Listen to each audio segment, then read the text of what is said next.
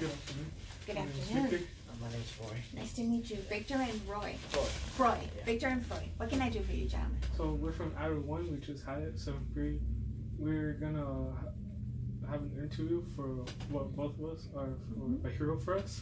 Okay. And we thought of you as a hero. Oh my gosh, really? Yeah. Oh, that is the sweetest thing. So we have some Aw. questions here. I will answer anything you want, honey. That is a very nice thing. Thank you.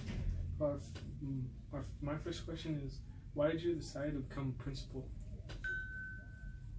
You know, I was a teacher for 21 years before I started working in administration, and I enjoyed teaching very much. But part of being a teacher, somewhere along the line, I was asked to be an avid teacher, and when I became an avid teacher, I started learning about how kids learn for the first time, because we had an opportunity in the classroom to talk about things that worked, things that didn't.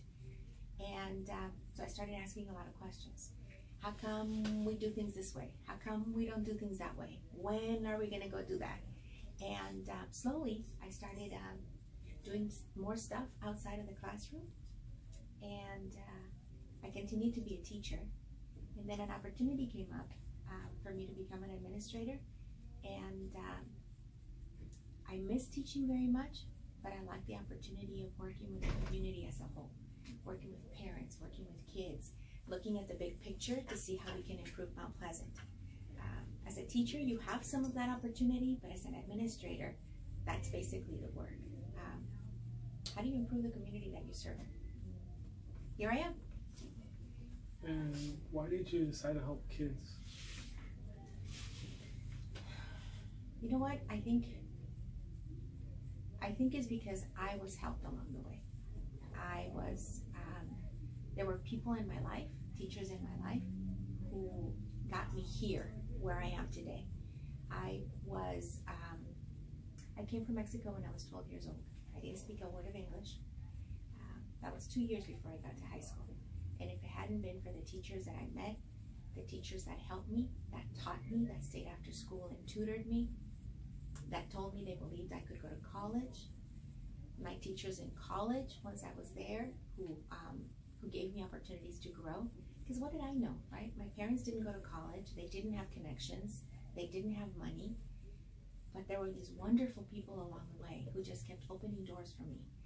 And that inspired me to do the same thing for other people. If I have the opportunity, why, that's what we should be doing. Who or what inspired you to be a hero to a lot of kids? I don't see myself as a hero. I see more myself as a mom. My kids went to Mount Pleasant. My brothers went to Mount Pleasant. My nieces and nephews have graduated from Mount Pleasant. In fact, I have a niece who's a senior this year. When I look at you guys, I see my kids. And I expect from you the same thing I expect from my own children. So when kids come around and they tell me, oh, Ms. Guerrero, I shouldn't take math. Oh, Ms. Guerrero, I'm already done with science. Oh no, I wouldn't let my kids stop. Why am I gonna let you stop? So to me, I've become like the mom to 1,300 kids, and that's what I use to get myself going every day, even when I'm tired. That I work hard for my own children, and you guys are mine while you're here. From 7 in the morning till 7 o'clock at night, or however time you guys leave in between there, you're like mine. So. What were some of the struggles you had to get where you are? I think the first one was coming to this country was hard. I used to cry. I didn't like it here. I wanted to go back to Mexico because I left my friends behind. I left my school behind. I think also coming from an immigrant home where another language was spoken, we spoke Spanish only, right? We watched TV in Spanish, radio in Spanish. We went to church in Spanish. Feeling like I belonged in a high school, especially I went to an all-girls high school, feeling like I was part of there was kind of hard because my life wasn't like everybody else's, right? Kids did things on weekends, they saw certain TV shows, they went places that we didn't, and just kind of feeling like I didn't belong. That's why I will always be grateful for the adults, those teachers that gave me opportunities to, hey, why don't you come and do this? Oh, okay. And then you do it and you're like, oh, wow, I did it, right? The other thing I didn't know, I was very shy growing up. I still remember never raising my hand in school, partly because my accent was very strong, and second, because I just didn't think I was as smart as everybody else. And teacher would ask a question and I knew the answer, but I wouldn't raise my hand. And then inside, I know what the answer is in my head. I could hear it, and then another kid would raise their hand, and they would get it wrong. And I could hear myself telling myself, raise your hand. You know the answer. You know the answer. Do it. Do it. And I wouldn't do it. And then I started doing it slowly. And I remember my voice cracking, my heart thumping really hard where you can hear it in your ears, and thinking, just getting over that, right? That own shyness you carry inside. Now, I talk to anybody, anywhere, but I wasn't like that before. And how did you push those struggles you faced? I think some of it is my mom and my dad. They expected, they came to this country for us to succeed. So they didn't know how, they couldn't help me with homework, they didn't know what high school was like, but they just expected that from us, and I think that's paying them back that way. The second is that people I'm getting teary-eyed. The second is the adults that help me. And third, at some point you just have to say, I know, here I go. Darn it, I know how to do it, and I know how to do it as well as everybody else, and you just make yourself do it, even though it doesn't feel comfortable.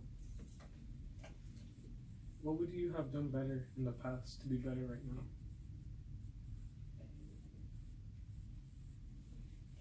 What would I have done better? I wish I had done more in high school. Because I told you, first of all, my dad wouldn't let us do anything. We, Mexican girls from a immigrant family, sometimes dads don't let you do things. I wish I'd had an opportunity to participate in school stuff. Do a lot more of that. Because you only get that opportunity once.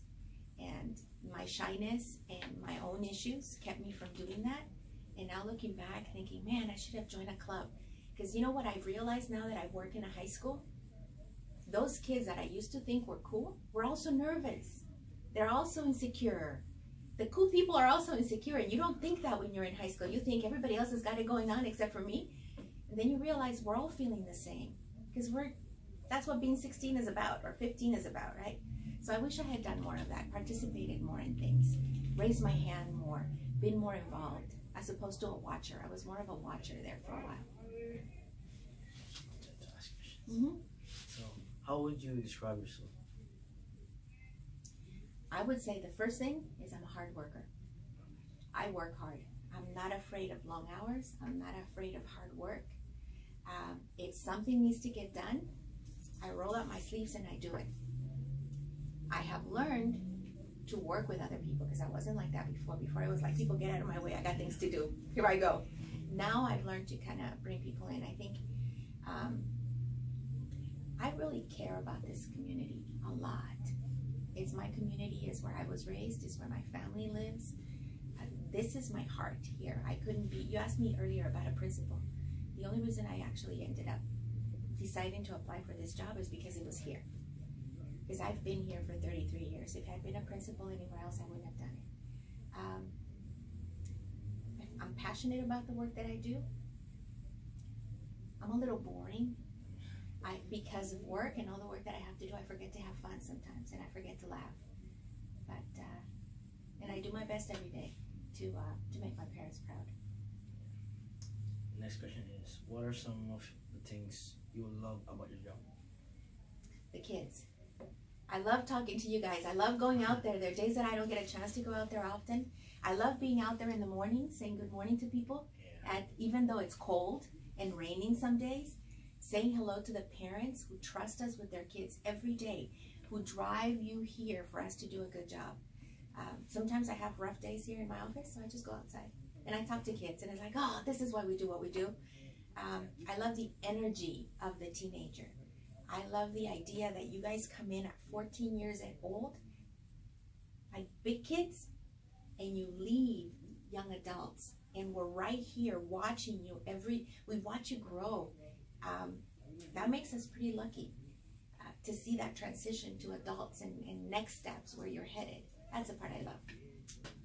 third question is, what are some of your goals for the future? Well, work goals, I think there's still some work that, some things that I like. I think Mount Pleasant can improve in some areas, from the way we adults work together to the outcomes in our students' progress and achievement and success. Personally, I'm looking at retirement. Is not that far off. At some point, I'd like to have time to travel and go do stuff like that. And when it comes to my kids, I have two grown adults. You see their photos over there? Yeah. They're old. Just to watch them start families and do their thing. Personally, I'm not going anywhere for a bit. I can see retirement, but I'm not headed there yet. How do you think you can complete those goals? Right now, it's with the work that I do every day. Getting up early, coming in with a good attitude, remembering that we work with kids, and not to take anything bad that happens personal. Even when a kid's having a bad day, it's just a bad day. Tomorrow it's going to get better, and just keep believing that we can do better. If you just keep that attitude, regardless of what's happening, I can do better. The school can do better. My kids can do better. Our staff can do better. That will help me keep going. How do you make important decisions? I think about them. I sleep on them. I think about them when I'm sleeping. I say them out loud. I don't know if this makes me weird, but I role play out loud. I don't know if any of you guys do that, but maybe I'm just weird. But if I know I want to do something, and okay, so what would that be? And then you start. Like when I was thinking of applying for principal, right? Okay, so what would that look like? And then I'm going to have an interview. What would I say? And then I say it out loud. I think saying things out loud makes them more real. A lot of thinking and talking. I talk to other people. My husband, who's the person that I talk to the most. But for myself, I do a lot of thinking in my head. I like quiet time. If I have quiet time at home, like folding clothes or whatever, I'm like thinking and thinking and thinking and thinking. The last question is, who do you idolize? Who do I idolize? I would say my parents. My dad had a 3rd grade education. My mom had a 6th grade education. They came from Mexico with 5 kids under 12. And they didn't speak English, but that didn't matter. They were able to be good role models that we knew what was expected of us. Go to school. They were a little strict. They didn't let us have a lot of fun, but because of that, we were all able to go to college. So we are my brothers and I, and my sister and I are 1st generation college students, and it's because of my parents. I mean, I had it easy. I was already a college graduate. I only had 2 kids. I already spoke English. So of course my kids had to do well, right? What excuse do I have? None. So my parents, always. Those are all the questions we have. Thank you for letting us interview. Oh, you guys are so sweet. And you're so professional. I gotta tell your teacher. Who's your teacher, Ms. Vitug or Mr. Day? Ms. Vitug. Ms. Vitug, you guys have done a great job.